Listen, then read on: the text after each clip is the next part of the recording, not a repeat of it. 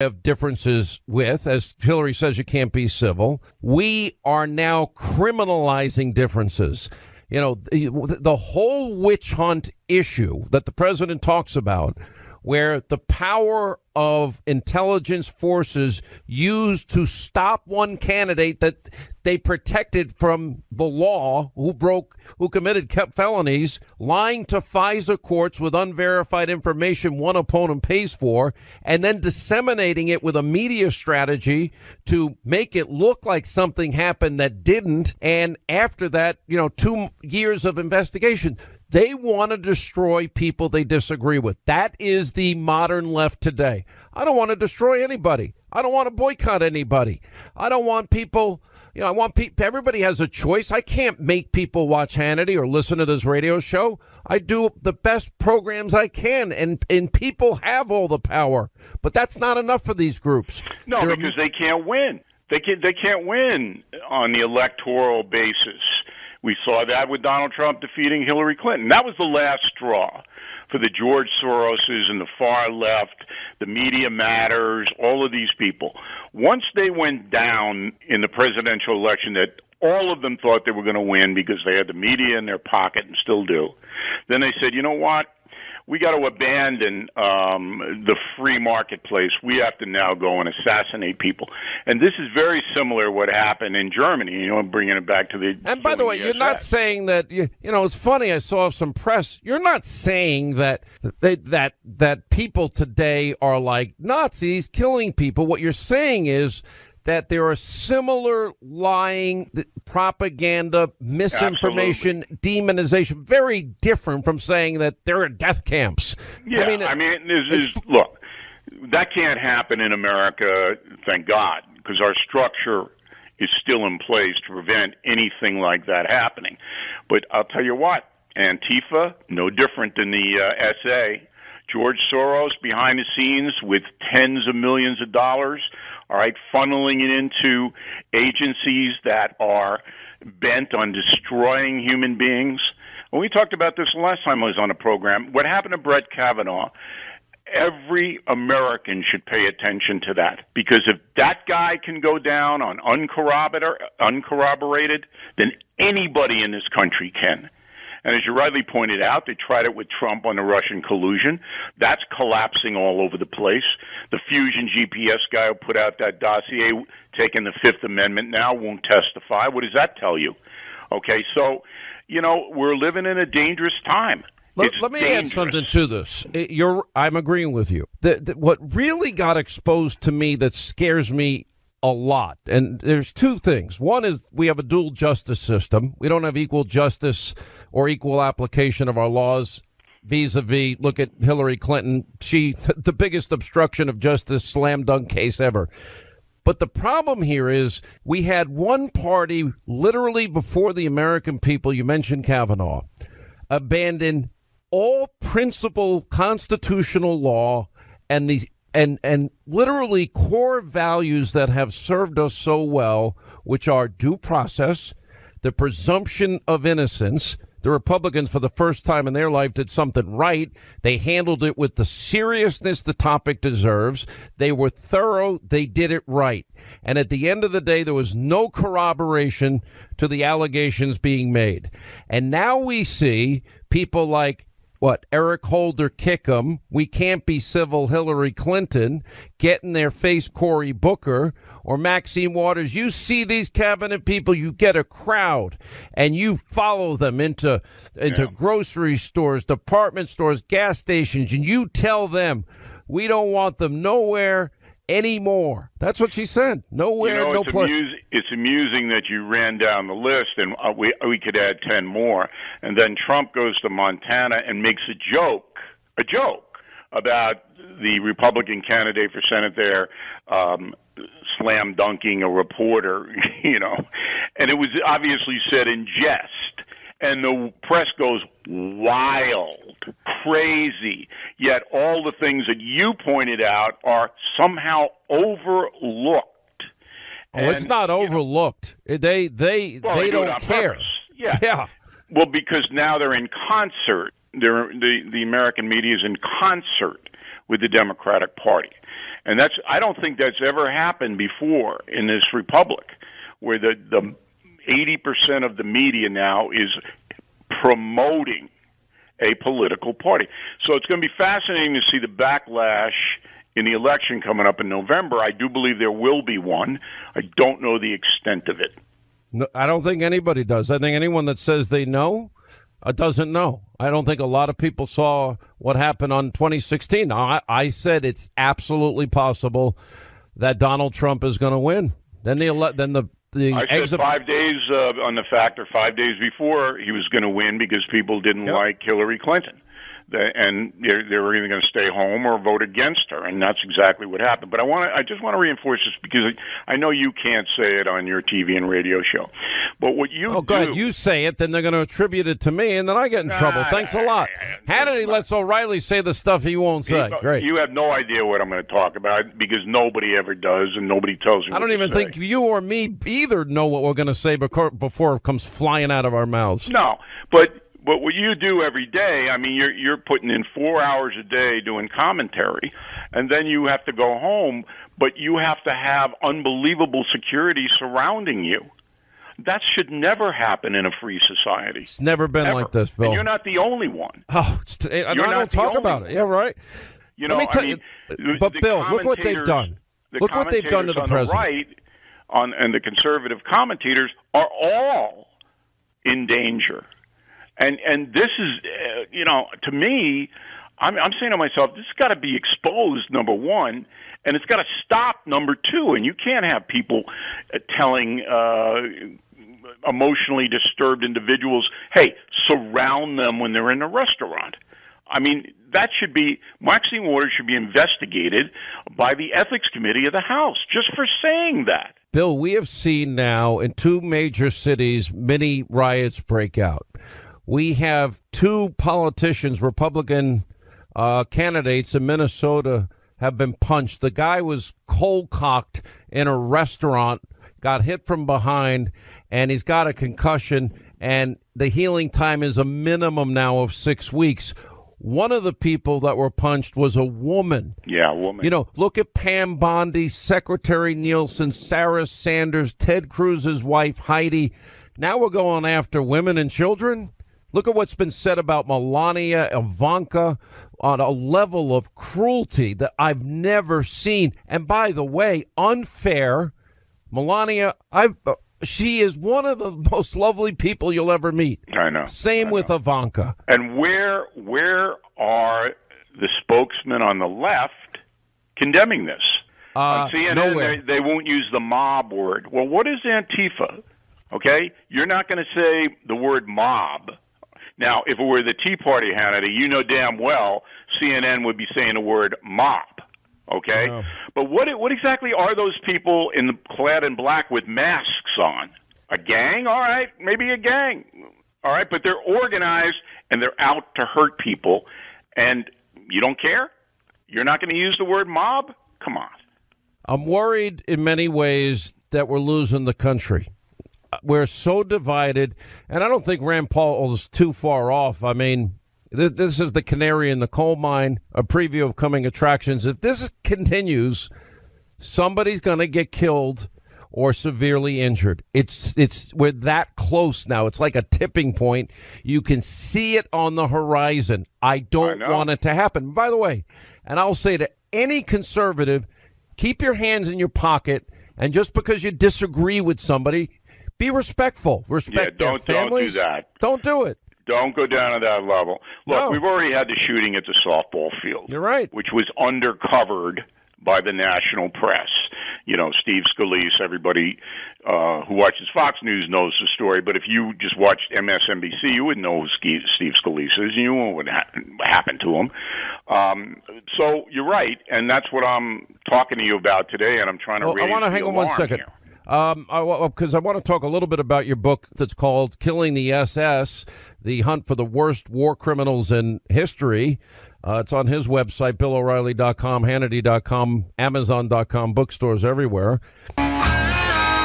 So I read your book and I finished it, and what I learned from the book is the effort of the world and how hard it was to track down these Nazi war criminals, I mean, it took decades.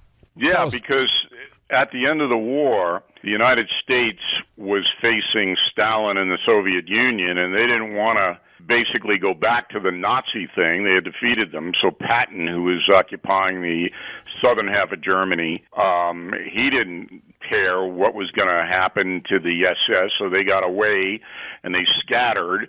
And they were helped by the Red Cross, which is based in Switzerland, a neutral country, by fledgling CIA people who wanted the SS to spy on Stalin, and by members of the Catholic Church for reasons that are just almost impossible to comprehend.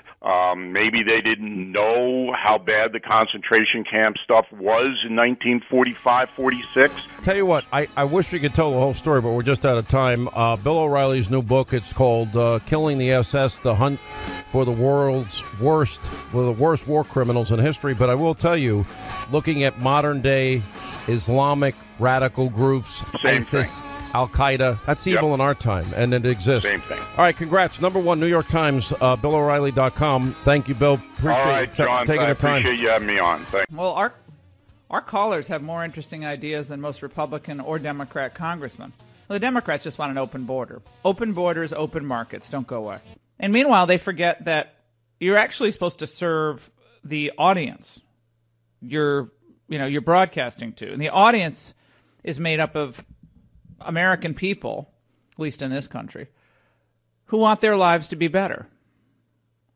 And right now we have a situation where America is under assault. It's under assault from politicians who are urging people to intimidate and harass individuals because they disagree with them. It's under assault at the universities, professors who think the American founding is just corrupt. What America was built upon is horrible and rotten. And we're under assault at our borders by lawlessness, criminality, and a gaming of the system made possible by an unholy alliance between the cartels and the left in the United States, along with some Republicans who just love the cheap labor and don't want to raise wages. And meanwhile, we have 7 million job openings in the United States, but still we have millions of people who need to work, need gainful employment. And when we do immigration, the immigration should be merit-based. We need tradespeople in this country. And illegal immigrants, what you end up finding out is that illegal immigrants become, sadly, for the United States, just another. It's just another, I think, sad indication that we've lost our way. And I can't even blame the illegal immigrants. I mean, I can't even blame them because we did this to ourselves.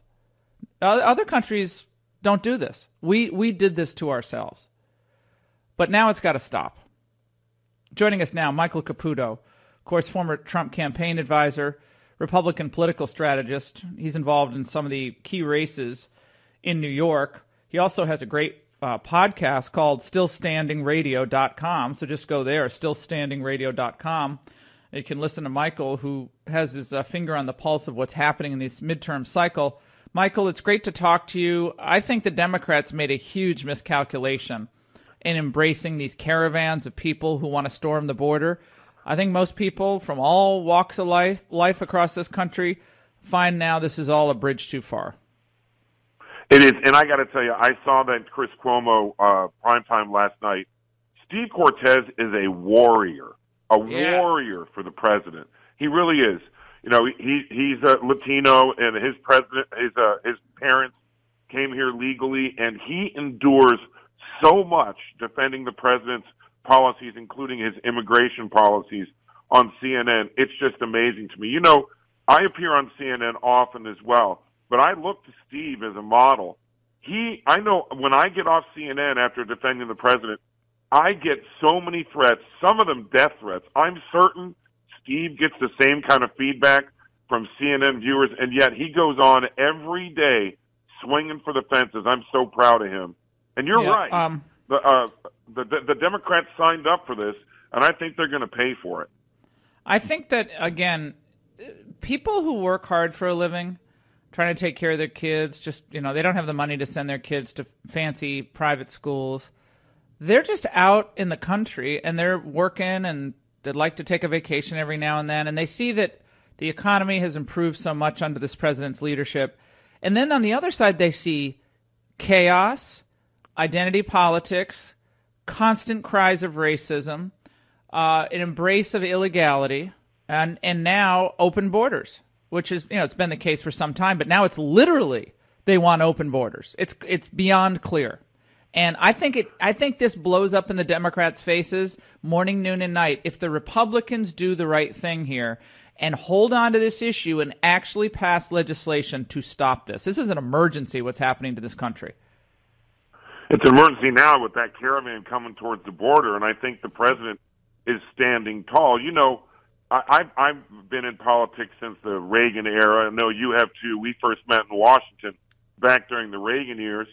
And, I worked for Jack Kemp, and it was people like Jack Kemp and Ronald Reagan stood up for this country and had backbone. And unfortunately, over the years, we really haven't had a president like Donald Trump that had backbone and would never have stood up to these caravans coming up against the border, would never have stood up for Justice Brett Kavanaugh.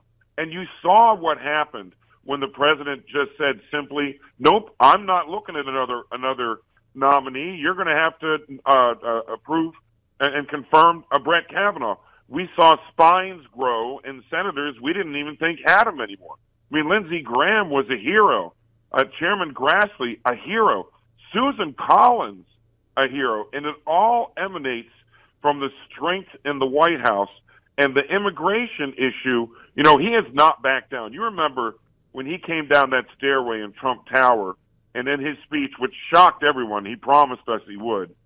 And they tried to conflate, like you mentioned, illegal immigration with immigration. And they've tried to do that over and over and over again, and they're still doing it today.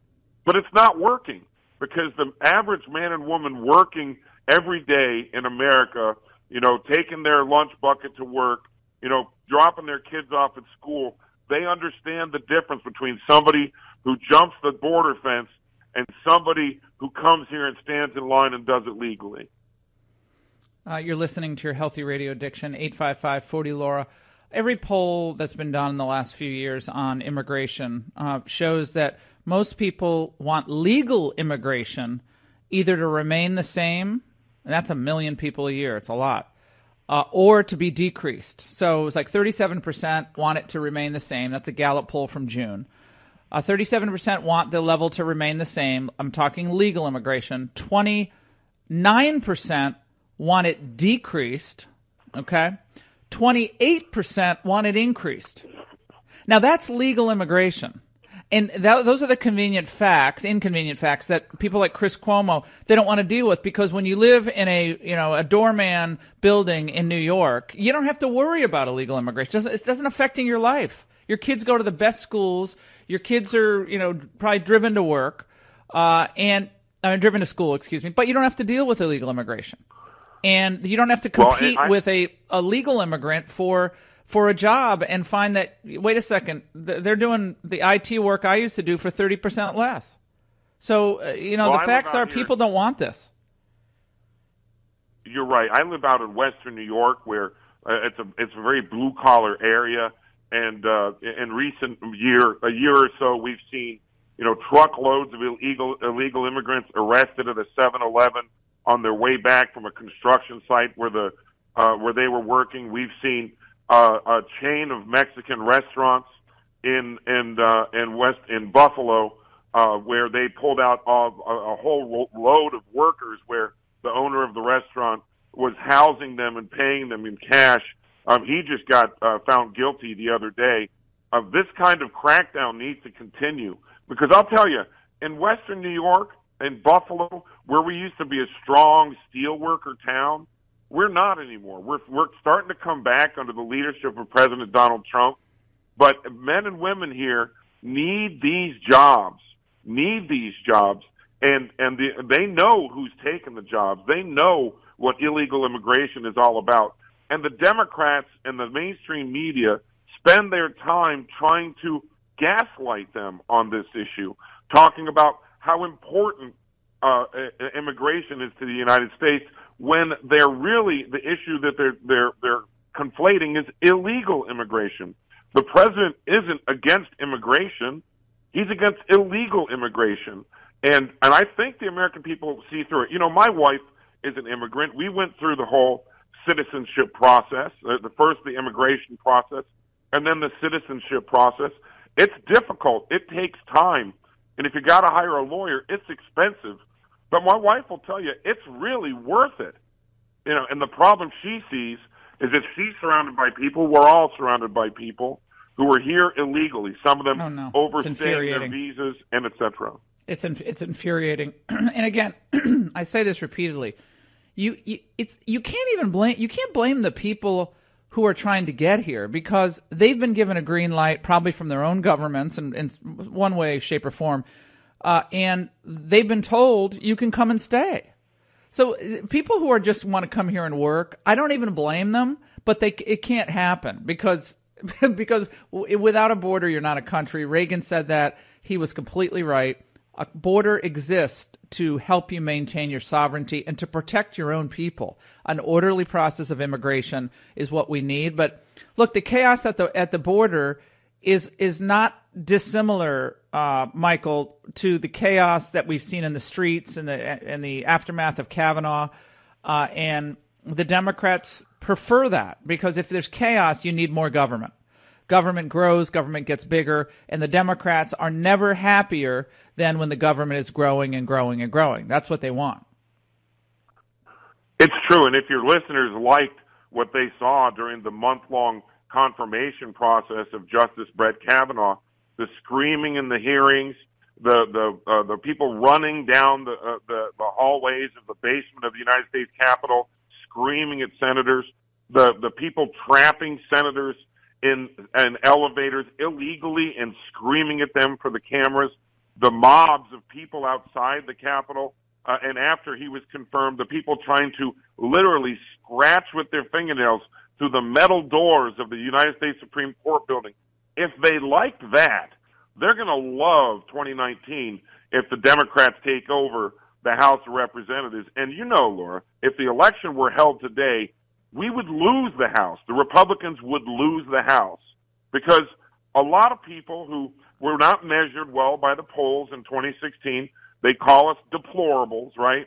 That people who hadn't voted in recent elections because of their frustration with issues like illegal immigration, thinking that their vote didn't matter at all, they found a champion in Donald Trump, someone they thought a non-politician could make change for them. And, you know, in a midterm election, those kinds of folks tend to think, well, I got my guy in, I'm going to go ahead and sit this one out. And they don't take their lunch break to go vote.